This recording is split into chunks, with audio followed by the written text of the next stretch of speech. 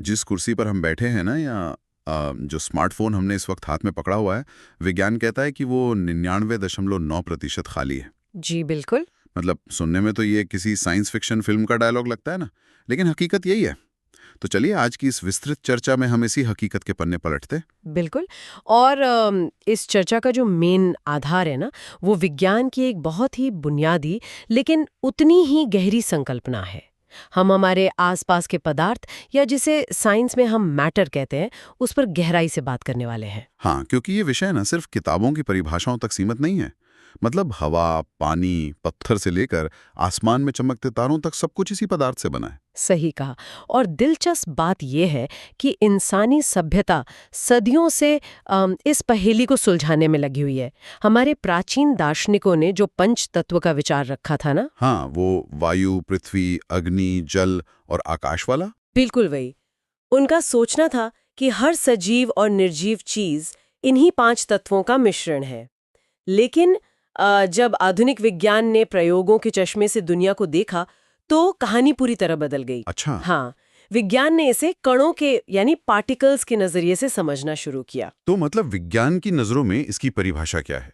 देखिए, विज्ञान की नजरों में परिभाषा बहुत सीधी है। हर वो चीज जिसका कुछ द्रव्यमान है यानी मास है, और जो कुछ स्थान घेरती है, मतलब जिसका कोई वॉल्यूम है, वो पदार्थ है। लेकिन सबसे बड़ा विवाद जो सालों तक चला ना, वो ये था कि क्या पदार्थ लकड़ी के टुकड़े की तरह लगातार एक ठोस अखंड हिस्सा है, या फिर ये रेत की तरह छोटे छोटे कणों से मिलकर बना है। यार, ये सवाल तो आज भी किसी को उलझा सकता है। बिल्कुल। मतलब अगर हम एक लकड़ी के दरवाजे को या लोहे की अलमारी को देखें, तो वो एकदम अखंड लगती है ना। कहीं से भी रेत के जैसा भुरभुरा तो नहीं लगता वो। हाँ, देखने में तो ऐसा ही लगता है। लेकिन विज्ञान कहता है कि वो कणों से बना है। जी। तो इसे साबित कैसे किया जाए? मुझे याद आ रहा है कि बचपन में जब हम नींबू पानी बनाते थे, हाँ हाँ। तो एक गिलास पानी में चीनी या नमक घोलते थे। अगर हम मान लीजिए 100 मिलीलीटर पानी से भरे बीकर में एक पूरा चम्मच नमक डाल दें और उसे घोल दें, तो पानी का स्तर बिल्कुल ऊपर नहीं आता। बिल्कुल नहीं आता। तो वो नमक का पूरा चम्मच गया कहाँ? बस यहीं पर लकड़ी के अखंड होने का वो जो भ्रम है ना, वो टूट जाता है।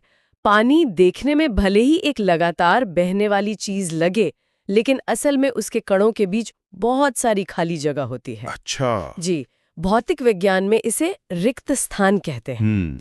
तो जब नमक पानी में घुलता है, तो नमक के क्रिस्टल टूटकर उन बेहद छोटे कणों में बदल जाते हैं और पानी के कणों के बीच मौजूद उसी खाली जगह में जाकर छिप जाते हैं। मतलब ये कुछ वैसा ही है जैसे हम एक बड़े से डिब्बे को संतरों से पूरा भर दें। हाँ। और देखने में लगेगा कि डिब्बा किनारे तक भर गया है। लेकिन अगर हम उसमें ऊपर से रेत डालें, तो रेत उन संतरों के बीच की खाली जगह में जाकर बैठ जाएगी और डिब्बा ओवरफ्लो नहीं होगा। अरे वाह, ये उपमा तो पूरी तरह से सटीक है।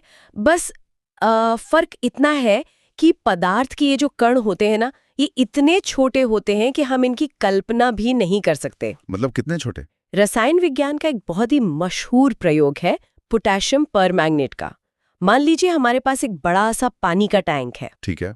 अगर हम पोटेशियम परमैंगनेट के सिर्फ 2 या 3 छोटे क्रिस्टल, जो शायद रेत के दाने के बराबर ही होंगे, उस पानी में डाल दें, तो वो पूरा का पूरा पानी गहरे गुलाबी रंग का हो जाता है। सिर्फ 2-3 दानों से? हाँ। और अगर हम उस गुलाबी पानी में से एक ग्लास निकालकर उसे एक और साफ पानी के टैंक में डाल देना, तो वो दूसरा टैंक भी गुलाबी हो जाएगा। अरे बाप रे! यही तो इस प्रयोग का सबसे बड़ा रहस्य है। ये सिलसिला हम 5 से 8 बार दोहरा सकते हैं।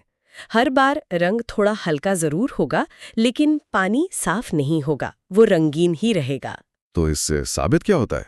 इससे ये निष्कर्ष निकलता है कि उस एक छोटे से क्रिस्टल के अंदर अरबों खरबों सूक्ष्म कण छिपे हुए थे, जो लगातार पानी में बढ़ते जा रहे हैं। क्या बात है! जी। और ये इतने छोटे हैं कि किसी भी आम माइक्रोस्कोप से इन्हें देखना लगभग नामुमकिन है। ठीक है, तो सब कुछ इन नन्हे कणों से बना है और इनके बीच खाली जगह भी है। लेकिन एक सवाल उठता है मेरे दिमाग में। हाँ, पूछिए। क्या ये कण अपनी अपनी जगह पर शांति से बैठे रहते हैं? क्योंकि अगर एक लोहे की रॉड को देखे तो ऐसा लगता तो नहीं कि उसके अंदर कुछ हलचल हो रही है। बाहर से भले ही सब कुछ शांत लगे, लेकिन अंदर एक अलग ही दुनिया चल रही है। पदार्थ के कण कभी भी स्थिर नहीं होते, करते रहते हैं। विज्ञान की भाषा में हम इसे गतिज ऊर्जा या काइनेटिक एनर्जी कहते हैं। अगर ये सच में हमेशा हिलते डुलते रहते हैं तो इसका हमारी रोजमर्रा की जिंदगी में क्या सबूत है? सबूत तो बहुत है। रुकिए, मुझे एक बात समझ में आ रही है। रसोई में जब कोई मसालेदार गर्म खाना पकड़ा होता है, हाँ, बिल्कुल, तो उसकी महक कई कमरों पार तक पहुंच जाती है। क्या ये उन्हीं कणों की गति के कारण है? आप एकदम सही दिशा में सोच रहे हैं। इसे विज्ञान में विसरण या डिफ्यूजन कहा जाता है। जब दो अलग अलग पदार्थों के कण अपने आप एक दूसरे के साथ मिल जाते हैं ना, तो उसे विसरण कहते हैं। पकते हुए खाने से निकलने वाली महक के कण हवा के कणों के साथ मिल जाते हैं और फैलने लगते हैं। लेकिन इसमें एक पेच है ना। क्या? अगर खाना पकने के बजाय फ्रिज में रखा हो एकदम ठंडा, तो उसकी महक दूर तक नहीं आती। बिल्कुल नहीं आती। तब मुझे उसे सूंघने के लिए प्लेट के एकदम पास जाना पड़ता है। ऐसा क्यों? महक के कण तो उसमें भी है ना, और हवा भी वही है। यहीं पर तापमान का खेल शुरू होता है। तापमान वो मास्टर चाबी है जो पूरी प्रक्रिया को बदल देती है। कैसे?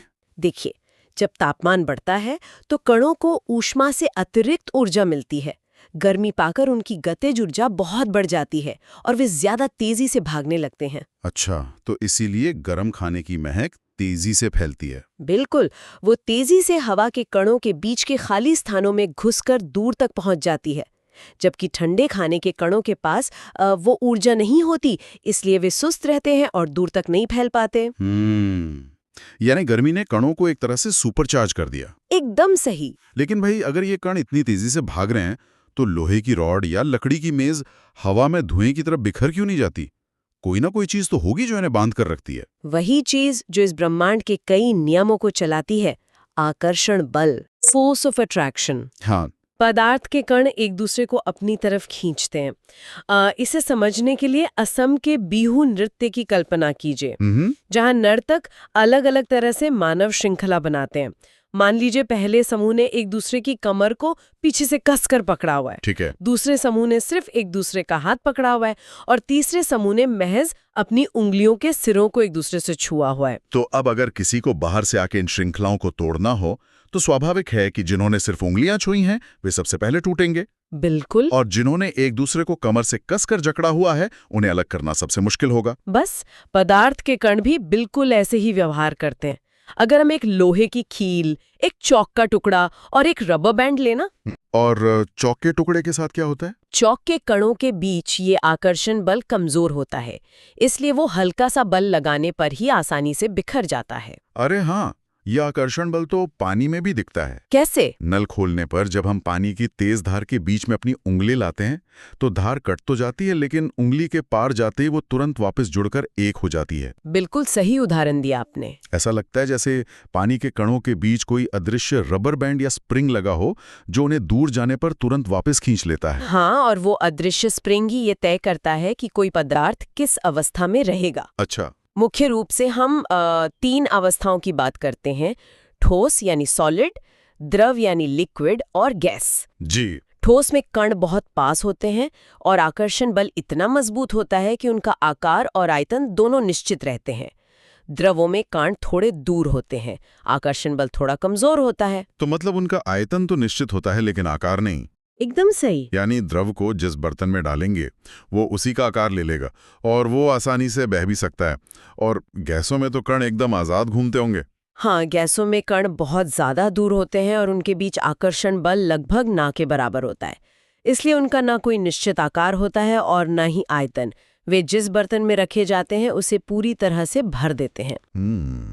मुझे ठोस की परिभाषा पर थोड़ा संदेह हो रहा है। बताइए, क्या संदेह है? अगर ठोस का आकार निश्चित होता है तो फिर रबर बैंड का क्या? उसे खींचने पर तो उसका आकार साफ साफ बदल जाता है। हाँ, ये तो है। और हमारे घरों में जो बर्तन धोने वाला स्पंज होता है उसे तो हम आसानी से मुट्ठी में दबा लेते हैं। तो क्या विज्ञान की नजरों में ये ठोस नहीं कहलाएंगे? देखिए, ये एक बहुत ही तार्किक सवाल है जिस पर अक्सर लोग बहस करते हैं, लेकिन थोड़ा गहराई से देखें ना, रबर बैंड अपना आकार खुद नहीं बदलता। जब उस पर कोई बाहरी बल लगाया जाता है, सिर्फ तभी वो खिंचता है। बल हटते ही वो वापस अपने मूल आकार में आ जाता है, और अगर जरूरत से ज्यादा खींचेंगे तो वो टूट जाएगा। इसलिए वो पूरी तरह से ठोस है। और स्पंज का रहस्य क्या है? वो क्यों इतनी आसानी से दब जाता है? स्पंज का ढांचा ठोसी है, लेकिन उस ढांचे में बहुत सारे छोटे छोटे छिद्र होते हैं। उन छिद्रों में हवा फंसी होती है। ओह, हाँ, तो जब हम स्पंज को दबाते हैं तो हम उसके ठोस हिस्से को नहीं सिकोड़ रहे होते, बल्कि हम उसके अंदर फंसी हवा को बाहर निकाल रहे होते हैं। हवा के बाहर निकलने से वो पिचक जाता है। समझ गया। गैसों के मामले में तो ये सिकुड़ने वाली बात और भी बड़े स्तर पर होती है ना? मैंने कहीं पढ़ा है कि गैसों को बहुत ज्यादा दबाकर यानी कंप्रेस करके रखा जा सकता है। जी, इसे विज्ञान में संपीड्यता या कंप्रेसिबिलिटी कहते हैं। क्योंकि गैस के कणों के बीच बहुत खाली जगह होती है, हम भारी दबाव डालकर उन्हें बहुत पास ला सकते हैं। जैसे हमारे एलपीजी सिलेंडर्स में? बिल्कुल।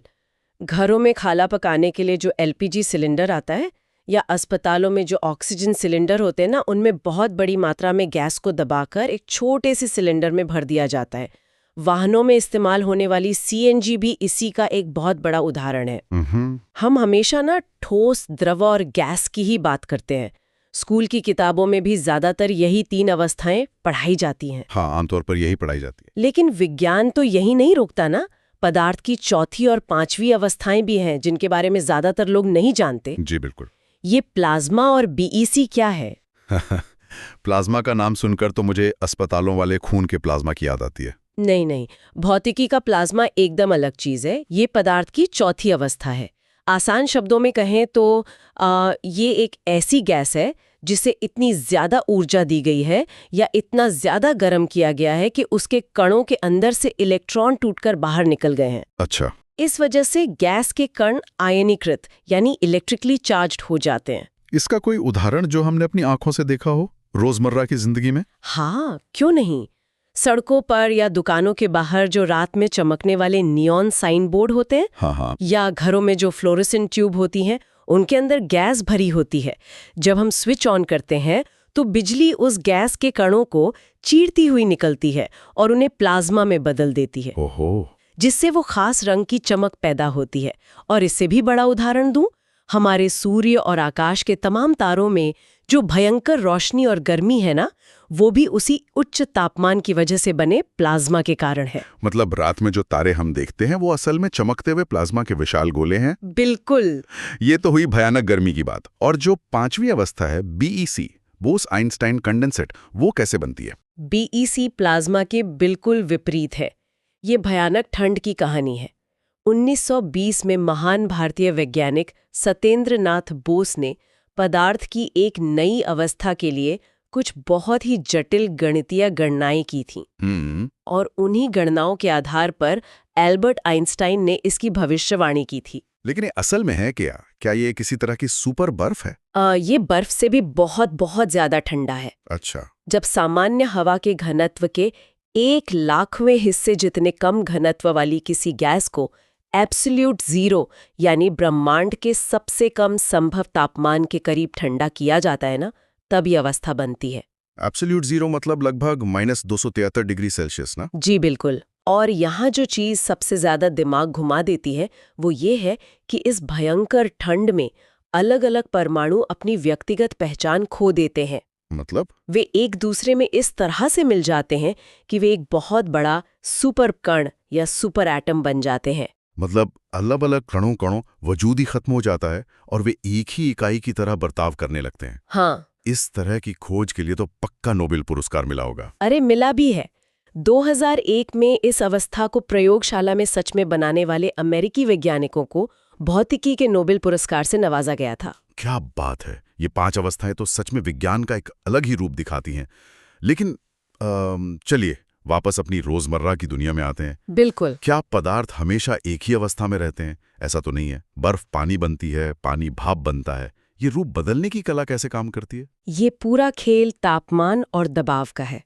जब हम तापमान बढ़ाते हैं तो ठोस पिघलकर द्रव बन जाता है, जिसे हम गलनांक या मेल्टिंग पॉइंट कहते हैं। जी। और जब द्रव उबलकर गैस बन जाता है तो वो उसका क्वथनांक या बॉइलिंग पॉइंट होता है। यहाँ मुझे एक चीज हमेशा उलझाती रही है। क्या? मान लीजिए हम गैस पर एक बर्तन में बर्फ रखकर उसे गर्म कर रहे हैं। थर्मामीटर 0 डिग्री सेल्सियस दिखाता है। बर्फ पिघलनी शुरू होती है। हम लगातार गैस से आग दे रहे हैं, बहुत सारी गर्मी दे रहे हैं। लेकिन जब तक आखिरी बर्फ का टुकड़ा पिघल नहीं जाता थर्मामीटर का तापमान 0 डिग्री से ऊपर 1 इंच भी नहीं जाता। हाँ, ये होता है। तो वो जो हम नीचे से लगातार गर्मी दे रहे हैं वो हीट जा कहाँ रही है?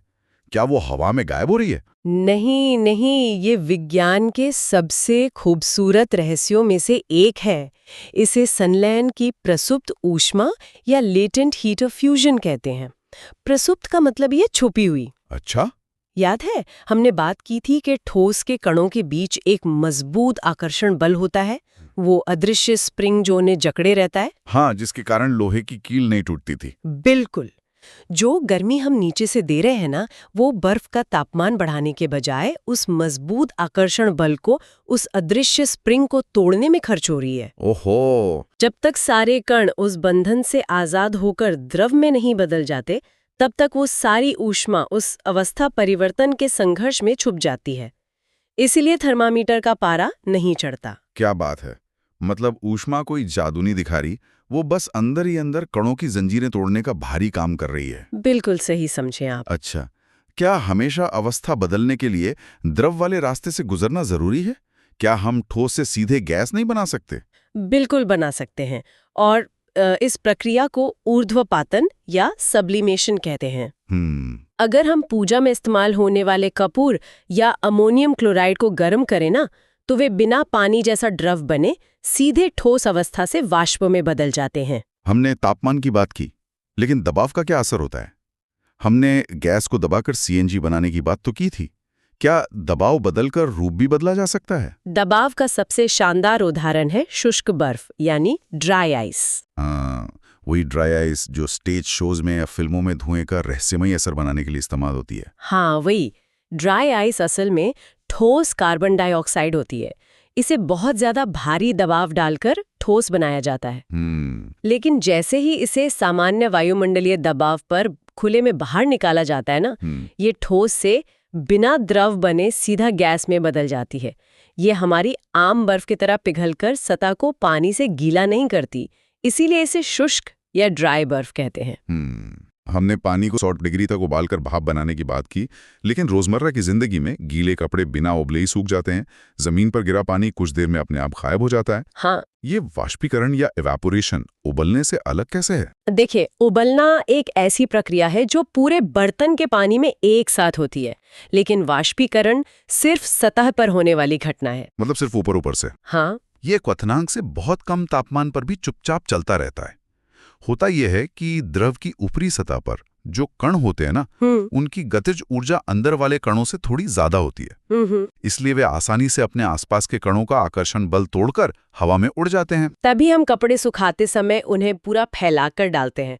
सतह का क्षेत्रफल जितना ज्यादा होगा, उतने ज्यादा कण एक साथ हवा के संपर्क में आएंगे और उड़ पाएंगे। एकदम सही लॉजिक है। और अगर हवा तेज हो या धूप तेज हो तो कपड़े और जल्दी सूखते हैं। सही कहा आपने। सतह का क्षेत्रफल, तापमान और हवा की गति, ये तीनों चीजें वाष्पीकरण को तेज करती हैं। जी।